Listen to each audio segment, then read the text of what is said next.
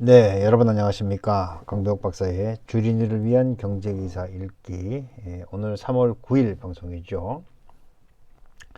자, 오늘 만기였는데 외국인 투자가들이 뭐 9천억 넘는 순매도를 내놓으면서 지수는 좀 밀려 내려갔습니다. 하지만 결국은 금융 투자의 소나기에서 시장을 크게 벗어나지 못하는 그런 상황이었고요. 문제는 이제 만기 지나고 그 다음에 이제 4월이 돼야지 실적 시즌으로 가게 되니까 그 사이에 남아있는 것은 이제 연준 FOMC밖에 없단 말이에요. 그러니까 다시 우리는 시장이 연준만 바라봐야 되는 그런 상황이 됐다. 그렇게 여러분이 보시면 되겠고요. 자, 오늘 12포인트 밀렸고요.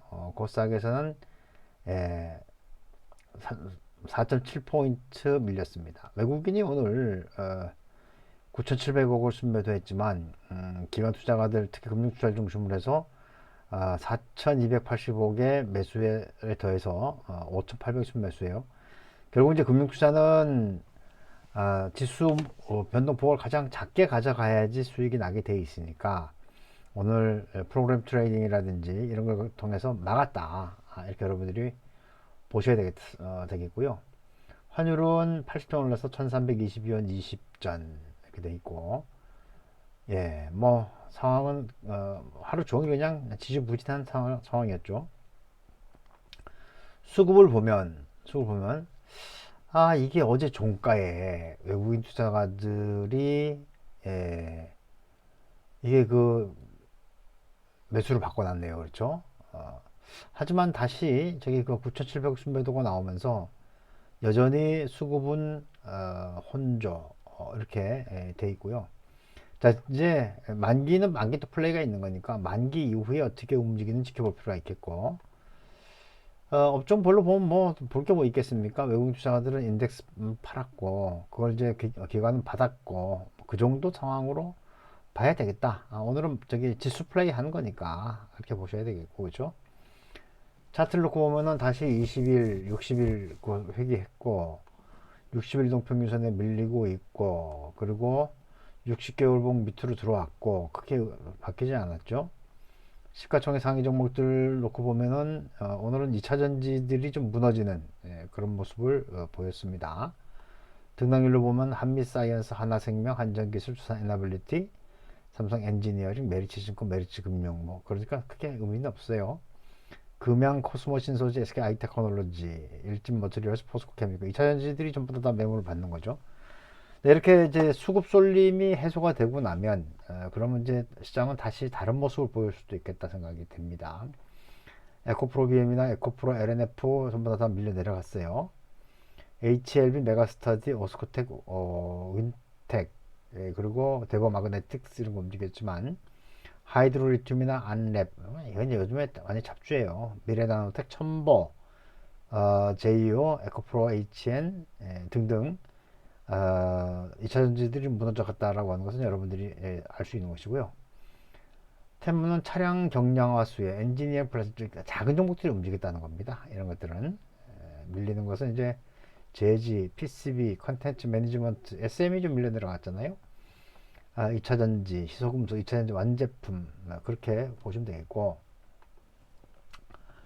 원유는 좀 더 떨어졌죠. 아무래도 금리가 올라가고 경기 침체가 되고 이제 그런 것들이겠고, 달러 인덱스가 다시 밀리진 않고 고개를 들고 있고요. 환율은 말씀드린 바와 같고, 만기가 이거예요. 만기 지금 이제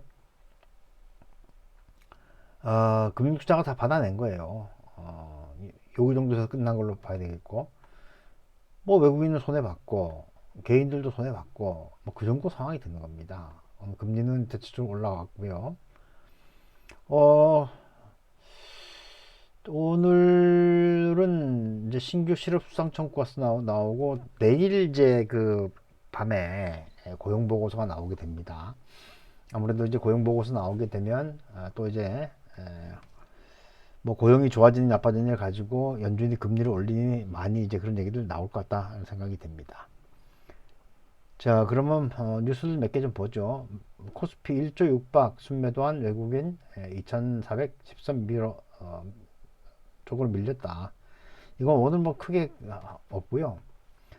자, 한국은행이 오늘 3월 통화신용 정책 보고서를 발간하면서 일단 기자간담회가 있었던 것 같아요. 그래서 미국 연준의 긴축 강화를 보면서 4월 금융통화위원회 때 이것을 반영해서 금리를 결정하겠다 이렇게 얘기 나왔는데, 그러니까 뭐 그런 거예요. 그런 거예요, 그렇죠? 한국은행은 미 연준의 최종금리 상향 조정 등 긴축 강화 등 4월 11일 금융통화위원회 금리 결정에 반영하겠다. 그러니까 지금 결국 이제 3월 달에 그 연준 점도표가 나오게 되니까 그걸 봐가면서 움직이겠다 이런 걸로 봐야 되겠죠, 그렇죠?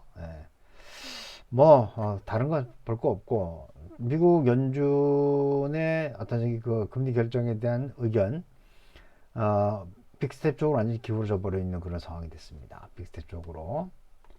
자, 그러면서 한국은행은 자료를 내면서 1월 외국인 채권 자금 최대 규모 순조출됐다. 2월에 둔화했다.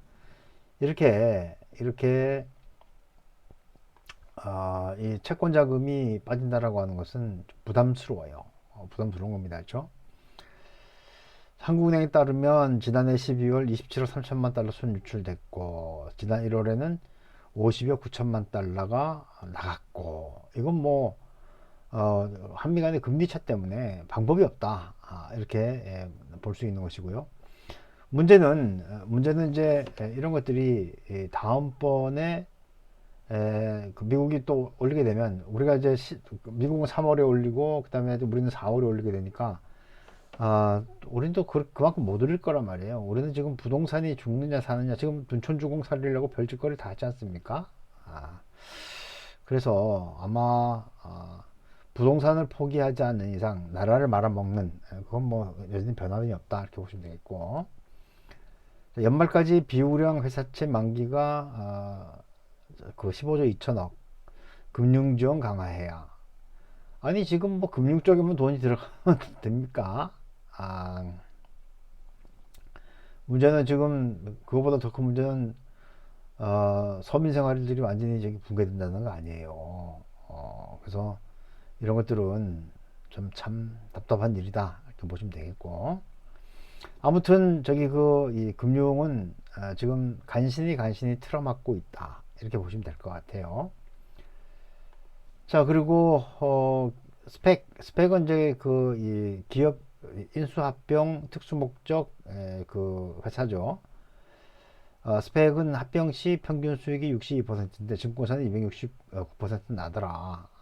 그러니까 스펙이라고 하는 것은 이게 그 합병을 하기 위해서만 만들어 놓은 거예요. 근데 만약에 합병 상대를 찾지 못하게 되면 그럼 이제 그 스펙은 해산하게 돼 있는 거죠.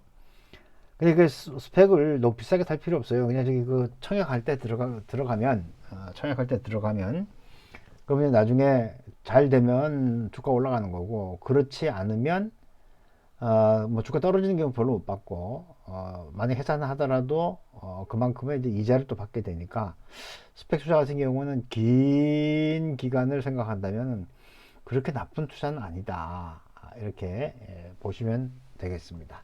뭐 이것도 하나의 저기 방법이니까 우리가 여러 가지 방법들을 좀 알고 있는 것이 필요하다는 생각이 듭니다. 자, 뭐 특별한 뉴스들은 없어요. 특별한 뉴스들은 없고, 문제는 이제 앞으로 시장이 어떻게 되겠느냐 하는 건데, 계속 말씀드리지만 박스권, 전체적으로 박스권, 뭐 저기 단기적으로도 박스, 장기적으로도 박스를 유지하면서 가게 되겠죠. 그냥 말씀드렸잖아요.